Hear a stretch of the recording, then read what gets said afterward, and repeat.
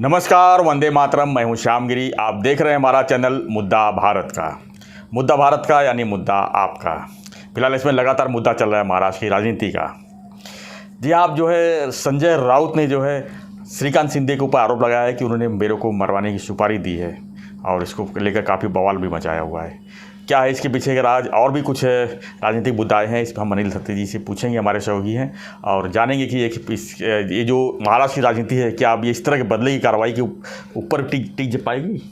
Sir आप थाना के रहवासी हैं। आपकी उम्र कितनी है? 54? 52। आप 52 साल से थाना में है मेरे ख्याल से। जी। और थाना की रग रग आप जानते हैं, और आप इतने बड़े बड़े चैनल के प्रतिनिधि रह चुके हैं कि आम आदमी में हमेशा गए हो। जी। और पिछले 10 साल की राजनीति में एकनाथ शिंदे का उभर आना, श्रीकांत शिंदे का खासदार होना, ये सब चीज़ें आपने आप बिल्कुल आंखों से देखी है और अंदर से देखी है। बिल्कुल, मैं तो बोलूँगा अंदर से देखिए। आपको अंतःप्रवाह हम जिसको बोलते हैं उसका पता है। तो मुझे एक ही सवाल का जवाब हाँ या ना में दो। जी। क्या श्रीकांत शिंदे किसी के मर्डर की सुपारी दे सकता है? हाँ या ना? बोलिए। बिल्कुल नहीं, बिल्कुल नहीं। मैं तो नहीं मानता इस चीज़ को। सर आपके मानने का सवाल नहीं, हो ही नहीं सकता। बिल्कुल नहीं हो सकता। सर क्यों नहीं हो सकता ये भी आप बताइए। मैं सर अभी आपसे बात करने के बाद हॉस्पिटल जाने वाला हूँ, इसके लिए आपको ही जरा मैं आपको बता दूँ कि तत्ते साहब का तबीयत ठीक नहीं है, लेकिन फिर भी उन्होंने आज मेरे को बुलाया, बोले कि एक वीडियो बनाते हैं और हम चाहेंगे कि ईश्वर इनको स्वस्थ रखे, मस्त रखे और ऐसे ही हमारे सामने आते रहे। ठीक हो जाऊँ। और तो सर बताइए क्यों नहीं, आप क्यों बोले ना? सर मैं अच्छी तरह जानता हूँ श्रीकांत शिंदे जी पढ़ाई करके सीधा राजनीति में आ गए। वो कभी कार्यकर्ता भी नहीं रहे, सीधा सांसद बन गए। और उन्होंने लोगों के बीच में जिस तरह जगह बनाई, जिस तरह से उन्होंने अपने माइंड से, मतलब अपने काम से एक कल्याण में एक अच्छा उन्होंने एक माहौल बनाया। शिवसेना का वहाँ राष्ट्रवादी कांग्रेस और कांग्रेस भारी थी, थोड़ा उसमें बीजेपी भी थी, लेकिन शिवसेना को जिस तरह से उन्होंने वहाँ मजबूत किया, हालांकि वो पहले सीट जो है थाने के 60 में थी, जब थाना से अलग हो गई तो उनको वहाँ पर चांस मिला और उन्होंने जो पहले आनंद प्रांत पे थे, आनंद प्रांत पे उन्होंने हराया। और जिस तरह से, लेकिन कभी ऐसा उनके ऊपर एक झगड़ा करने का भी आरोप नहीं लगा मेरे ख्याल से, कि किसी से उन्होंने बाचाबाची की हो या किसी को दमदाटी दिया हो या किसी राजनीतिक दूसरे पार्टी को कुछ कहा सुना। 2 सांसद उन्होंने 2 बार जीते, लेकिन कभी ऐसा मेरे को सुनने को तो नहीं मिला। ना कोई एक एनसी मेरे ख्याल से होगा उनके ऊपर। और वो आदमी अगर इस तरह का आरोप उसके ऊपर लगता है तो वो गलत ही होता है। गलत ही। सर उनके कार्यशैली की खासियत आप क्या बताएंगे? क्योंकि मतदार संघ में एकनाथ शिंदे के प्रतिनिधि करके वो कितना काम करते हैं वो हम देख रहे हैं। जी। तो क्या लोगों में उनकी लोकप्रियता का रहस्य क्या है, ऐसा लगता है आपको? सर देखिए, जब उनको संसद की टिकट वहाँ मिली, उसमें लोगों ने उनको एकनाथ शिंदे के रूप में देखा। क्या बात? एकनाथ शिंदे बहुत बड़ा एकनाथ शिंदे जो है थाने में फुल एक्टिव थे, लोगों की पूरी पकड़ थी लोगों के बीच में। और उन्होंने वही चीज़ वहाँ पर लोगों को क्या लगा कि अब ये श्रीकांत शिंदे जो है जो भी करेंगे एकनाथ शिंदे के मार्गदर्शन में ही करेंगे और जो भी करेंगे अच्छा करेंगे। और उसमें नो डाउट उन्होंने मुझे सक्सेस भी हुआ उन्होंने। और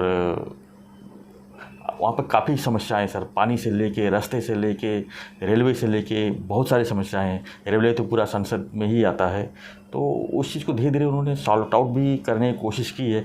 अभी जो जिस तरह से आयरोली से जो रास्ता एक जा रहा है 6 लेन डोंबिवली कल्याण की तरफ, उससे तो लोगों का तो एकदम आने जाने का एकदम मुंबई से। सर उनका स्वभाव कैसा लगता है आपको? स्वभाव के बारे में सर मैं ज़्यादा तो उनसे मिला नहीं, क्योंकि कल्याण डोंबिवली का उन्होंने मार्गदर्शन किया है। हाँ, 1-2 बार मतलब ऐसे थाने में कई बार मिला हूँ मैं, लेकिन किसी से ज़्यादा बातचीत नहीं है। लेकिन वो काम से काम मतलब रखते हैं, एकदम शांति से रहते हैं। सर श्रीकांत शिंदे के कुछ गुण ऐसे हैं कि जिसके बारे में मेरी और संजय राउत की सहमति है। क्या बात है? संजय राउत सर आपके मित्र हैं, आपने बात भी किया होगा इस मामले में, तो सर इस मामले में मैंने सुबह फ़ोन किया और कट कर दिया। मैंने बोला नहीं, बात नहीं की, क्योंकि मुझे इसके ऊपर वीडियो बनाना था।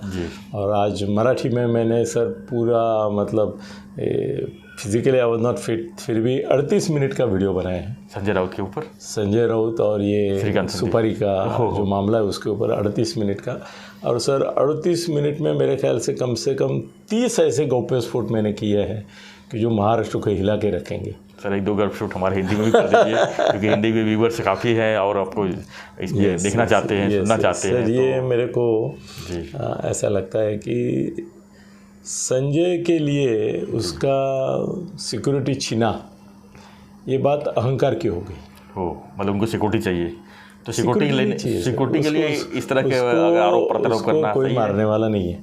वो तो है सर, इतने बड़े आदमी को मारने के परिणाम भी उतने ही बड़े होते हैं ना। कौन सी पार्टी पागल है ऐसी कि जो इसको अभी मार के पूरे महाराष्ट्र में बदनाम होगी। बिल्कुल। शिंदे गुट का कोई सर पागल से पागल आदमी भी नहीं सोचेगा इसको हाथ लगाऊं और उसको बड़ा करूं। सर इसके ऊपर हमला करना मतलब खुद के ऊपर हमला करना है, वो कौन करेगा? कोई नहीं करना चाहेगा, कोई नहीं करेगा। और ये तुम्हारा श्रीकांत और ये तो बात ही नहीं निकलती। वो तो बुद्धिशाली है, बुद्धि वैभव है उसके पास। वो तो सोचेगा भाई इसकी तरफ लेटर भी कोई लिखेगा तो मत लिखो। बिल्कुल, लेटर भी मत लिखो, उनको दुर्लक्ष करो। वो बोलते हैं बोलने दो उनको। वो श्रीकांत के बारे में कुछ बोलता है, इसके पहले भी बोला है जी, इसके पहले भी बोला है, मगर उसने निगलेक्ट किया है। उसका पॉलिसी है भाई निगलेक्ट और फिनिश करो, तो ये तो संभव नहीं है। दूसरी बात ऐसी है कि संजय को कैसे है ना कि वो उद्धव के मंत्रिमंडल होने के कारण उसको Y+ सिक्योरिटी मिली थी, ऑलमोस्ट Z सिक्योरिटी ही थी। तो सर क्या होता है ना, आदमी आदी हो जाता है वो चाहिए सिक्योरिटी का जी। 10-12 आगे 10-12 पीछे, पीछे गाड़ी आगे गाड़ी, वो अपना एक रुतबा समझने लगता है। हाँ, तो ऐसा हो गया संजय को, उसकी आदत बन गई, लत बन गई। शराब की लत लगती है वैसे सिक्योरिटी की भी लत लगती है। वो सिक्योरिटी जाने की वजह से इतना अस्वस्थ हुआ था। मेरी उसकी बात होती थी, मैं उसको बोलता था कि मेरे को भी Y सिक्योरिटी के लिए पुलिस आई थी, अप्रोच हुई थी कि आप इतना बोलते हैं तो आपको Y सिक्योरिटी देते हैं। मैं बोला मेरे को सिक्योरिटी नहीं चाहिए, मैं कोई डरपोक नहीं हूँ, मैं जो भी होगा फेस करूँगा और अकेला फेस करूँगा, और मुझे नहीं चाहिए सिक्योरिटी। मैंने रिफ्यूज़ कर दी थी। और मैंने संजय को भी बोला कि संजय तुम शेर हो। अभी आज उसने बोला मैं शेर हूँ, मेरे को सिक्योरिटी की ज़रूरत नहीं।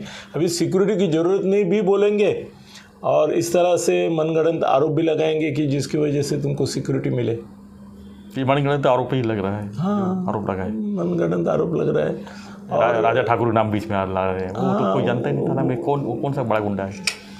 सर ये ऐसा है ना कि सुपारी भी दी जाती है ना, संजय को ज़्यादा मालूम है कि सुपारी जो देते हैं ना वो नोन आदमी को नहीं देते, वो अननोन आदमी को देते हैं। सर दत्ता सामंत को जो लोगों ने मारा उनको ये भी मालूम नहीं था कि ये दत्ता सामंत है, बस खाली मारना है। वो उनको बोले 25,000 देते। उत्तर प्रदेश से कोई लड़के आए थे जी, ऐसे ही भंगार घूम रहे थे। उनको बोले कि तुमको काम चाहिए, बोले हाँ। बोले मर्डर करना होगा, बोले करेंगे, कितना दोगे? बोले 25,000 देंगे। बोले ठीक है, हम 4-5 लोग हैं, एक गाड़ी का बंदोबस्त करो, हम लोग किसको उड़ाना है? बोले फ़ोटो दे देते हैं और गाड़ी का नंबर दे देते हैं, ये आएगा उसको उड़ा देना। तो उन्होंने मारा उसको और उनका टिकट रेडी था, वो भाग गए उत्तर प्रदेश जी। और लोगों ने क्या क्या उसके अटकलें लगाई, कौन से बड़े उद्योगपति ने किया, इसने किया, उसने किया, काफ़ी यूनियन के लफड़े थे उनके। हाँ, उसका सुपारी किसने दिया उसके बारे में बहुत कुछ आया। वो सुपारी देने वाले के नाम की वजह से उसको अरेस्ट भी हुआ था और उसको बाद में छोड़ा भी गया। आगे मत बोलो सर, आगे मत बोलो क्योंकि वो कॉम्प्लिकेशन है। तो छोड़ा भी गया उसको निर्दोष। तो सर ऐसे बाहर के फालतू लोग जो है ना उनको दी जाती है सुपारी, ऐसे नामचीन किसी को बुला के नहीं दी जाती है। सर क्या लगता है कि जो इस तरह का जो भी बयानबाजी हो रही है, उसको सिक्योरिटी का फोबिया है जी, सिक्योरिटी चाहिए, उसके लिए इसने स्टंट किया। और छोटे किसी दूसरे आदमी के आरोप करता तो सिक्योरिटी नहीं मिलती थी, डायरेक्ट उसने इसको ही टारगेट कर दिया, मुख्यमंत्री के बेटे को। शायद उसकी बस चलता तो वो श्रीकांत मुख्यमंत्री का भी नाम लेता, मुख्यमंत्री का भी नाम लेता था। भाई इसको काय के लिए मारने की सोचेंगे जब इसको अटकाने के लिए ईडी काफ़ी है। अभी सर अमित शाह जो हैं वो परसों बोल के गए हैं कि गलती उसको छुड़ाया, वो गलती सुधारी ऐसा देखा उन्होंने, 2 दिन के अंदर ये अंदर जाएगा। इसको हुतात्मा कौन बनाएगा? क्यों बनाएगा? सही बात है। क्यों बनाएगा? इसको अंदर डालना है तो वो ख़त्म हो गया ना मामला। 1.5-2 साल अनिल देशमुख रहा, ये भी रह सकते हैं। हाँ, सिक्योरिटी जरूरत नहीं, अंदर सिक्योरिटी सब। हाँ, सिक्योरिटी है, बैठो सिक्योरिटी में ही बैठो, Z क्या Z+ बैठो, वहाँ कोई खतरा नहीं है। हाँ। तो देखो, संजय को अगर पॉलिटिक्स से इरिलेवेंट करना है तो मारना उपाय नहीं है, वो अमर हो जाएगा, हुतात्मा हो जाएगा और बड़ा हो जाएगा और भारी पड़ेगा इनको, वो नहीं करेंगे, तो मूर्ख भी आदमी नहीं करेगा। तो सर क्या लगता है महाराष्ट्र राजनीति किस पटरी पर चल रही है इस समय? आप किस कुछ पटरी नहीं, पे जा रही आरोप प्रत्यारोप में बहुत बकालपना आ गया जी। गलत है, ये मेरा जिगरी दोस्त है। सर मेरे को लगता है कि ये सिक्योरिटी का, ये अभी आज नासिक में उसको 16 लोगों की सिक्योरिटी दी है, 2 गाड़ियाँ दी है, नासिक में है ना आज। हाँ। तो 16 लोगों की सिक्योरिटी दे दी है। सरकार बोलती है क्या करना है, आपको सिक्योरिटी चाहिए, उसके अहंकार के लिए आप इतना गलत आरोप लगा रहे हो, ले लो सिक्योरिटी।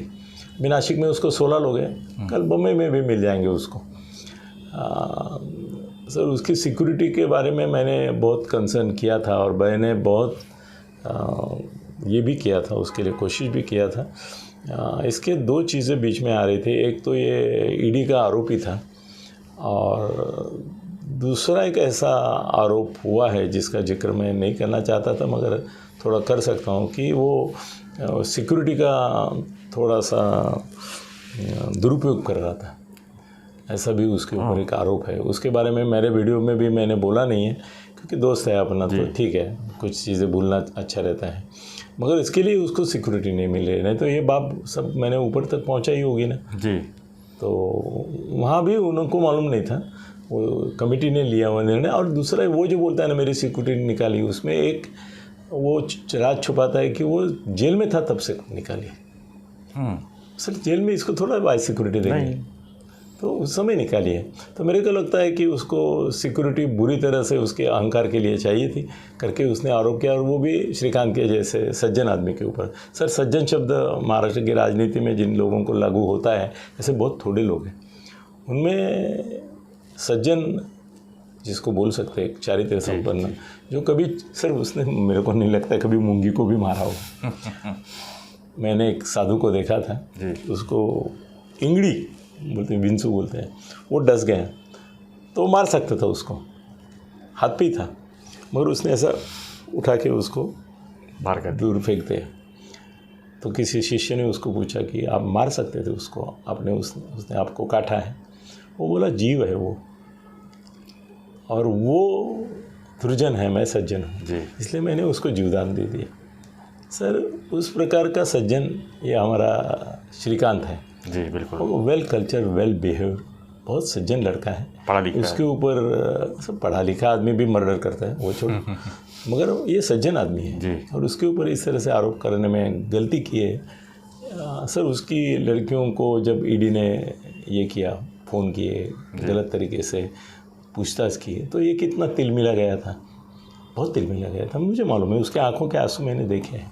आज एकनाथ जी की आंखों में भी शायद आंसू आए होंगे। वो बोलते थे वो पॉलिटिकल वॉर है, पॉलिटिकली लड़ो। जी बिल्कुल। बच्चों को कहाँ ला रहे हो उसमें? तो संजय ने बड़ी गलती की है। अब इस गलती का नतीजा करके उसको सिक्योरिटी मिलेगी, और पॉलिटिकल रिपरकेशन जो है वो परमानेंटली, सर एकनाथ जैसा एक दोस्त उसने गंवा दिया। बिल्कुल गंवा दिया आप सर। बहुत अच्छी दोस्ती थी उनकी, उसका विटनेस सबसे ज़्यादा मैं हूँ। और महाराष्ट्र में जो स्वतंत्र हुआ जी, उसमें सर मैं तो बोलूँगा 30% हिस्सा संजय का ही है।